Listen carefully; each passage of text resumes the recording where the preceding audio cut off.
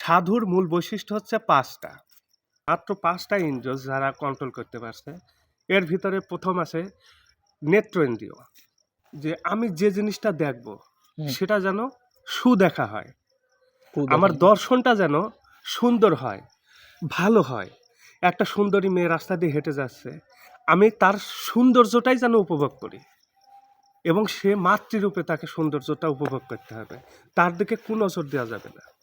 বা আমি যে কোনো জিনিসই দেখি না কেন, যেমন টাকা দেখতেছে, লোভ হচ্ছে, বা যে কোনো লোভনীয় কোনো জিনিস দেখলাম, তখন আমার সেই জিনিসটা কি করতে হবে, লোভ ভিতরে জাগ্রত হওয়া যাবে না। এবং যে জিনিসটা দেখে আমার ভিতরে লোভ জাগ্রত হয়, সে জিনিসটা আমার জন্য অন্তত না দেখাটাই ভালো। আমি দেখলাম না সে জিনিসটা, অর্থাৎ নেত্রেন্দ্রিয় ধাম বা চক্ষুটাকে আমি কন্ট্রোল করতাম। আর একটা হচ্ছে কর্ণেন্দ্রিয় ধাম, অর্থাৎ কান।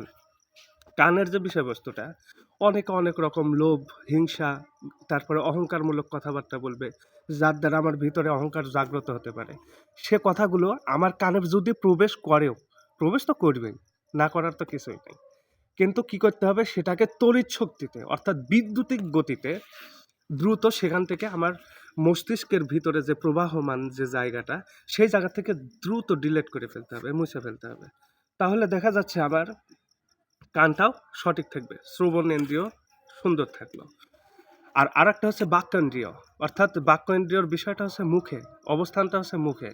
এই মুখে মুখ দ্বারা কোনো প্রকার হিংসা, অহংকার বা কোনো প্রকারের খারাপ কথা বা কুকথা বলা যাবে না। সাইজি বলল না, সত্য বল, সুপথে চল ওরে আমার মন। প্রথমে আমাকে যেটা বলতে হবে সেটা হচ্ছে সু বলতে হবে, ভালো বলতে হবে। এখন অনেক পীর সাহেব আছে দেখেছি, আবার অনেক গুরুরাও আছে, ভক্তদেরকে বিভিন্ন রকম ভেবা চেকায় ফেলে দেয়। কিভাবে? হেই তোর বাড়ির গরু যাবে, সাবধানে থাকিস। এ বাবা তুই অমুক জায়গায় যাচ্ছিস, এটা করিস না। এই তোর বউক মনে হয় জিনে ধরিছে, এ তোর অমুক দিন বিপদ হইতে পারে, তুই এই বিপদ কাটার জন্যে একটা কিছু করিস। এই যে গুরু পীর হয়েও বিভিন্ন রকমভাবে মনের ভিতরে ধোঁকা মারতেছে। এই ধোঁকাটাও মারা যাবে না, কারণ তার বলাটা হবে সুবল। সে যদি হতাশাজনক কথা বলে, সে কোন গুরু বা কোন পীর, এটা কোন ধরনের স্বভাব তার? সে কখনোই পীর, গুরু, সাধু কেউই না। সে একটা ভেগ ধরা মানুষ মাত্র। মানুষও না, সে তো জানোয়ার। তার কথা দিয়ে একটা সৃষ্টি জগতের জীব তার কথার ব্যবহারের দ্বারা, তার ব্যবহার্য যে কথা, এই কথার দ্বারা শব্দ উচ্চারণ করবে না বা কোনোভাবেই কষ্ট পাবে না। সেই হলো সাধু। সেই হল না, এটা হচ্ছে 3 নম্বরে গেল। চোখ গেল, কান গেল, আর হচ্ছে মুখ। এই হচ্ছে 3। এবং তার মুখে যে খাবার গ্রহণ করবে বা যাই কিছু করবে, সকল কিছু সু হইতে হবে, ভালো হইতে হবে, শুদ্ধ হইতে হবে। অর্থাৎ পদন্দ্রিয় বা পা, এই পা দ্বারা সে কখনো কুপথে যাবে না।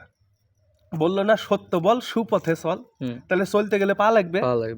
তাহলে এই পা দ্বারা সে কখনো কুপথে যাবে না, সুপথে চলবে, ভালো পথে যাবে। কোনো প্রকার ভেজাল, ঝই ঝামেলা বা সন্দেহমূলক পথে সে পা বাড়াবে না। সে সবসময় সুপথে চলবে, ভালো পথে চলবে। আর একটা হচ্ছে হাতেন্দ্রিয়, এটাকে কর্মেন্দ্রিয় বলা হয়, কারণ আমরা যা কিছু করি না কেন, যত প্রকারের কাজ সারা হয় হাতটা দিয়ে সারা হয়। আর একটা হচ্ছে হাত, এই হাত দ্বারা যেন কখনো কোনো কুকাজ না করা হয়। অর্থাৎ আমার এই হাত, পা, চোখ, কান, মুখ, 5টা জিনিস যদি শুদ্ধ হয়, তবেই আমি সাধু বা আমি সেই সহজ মানুষ